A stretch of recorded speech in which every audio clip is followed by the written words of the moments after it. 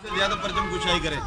तो वकार भाई हमने 1000 जो पाकिस्तान यूथ का जो मिशन है आज का 14 अगस्त को हमने तकरीबन 1000 से ज़ायद झंडे जो है उनकी परचम कुशाइयाँ करनी है। परचम कुशाइयाँ होगी इंशाल्लाह, होंगी ज़रूर होंगी इंशाल्लाह। और हिम्मत है, लगे रहेंगे, करते रहेंगे।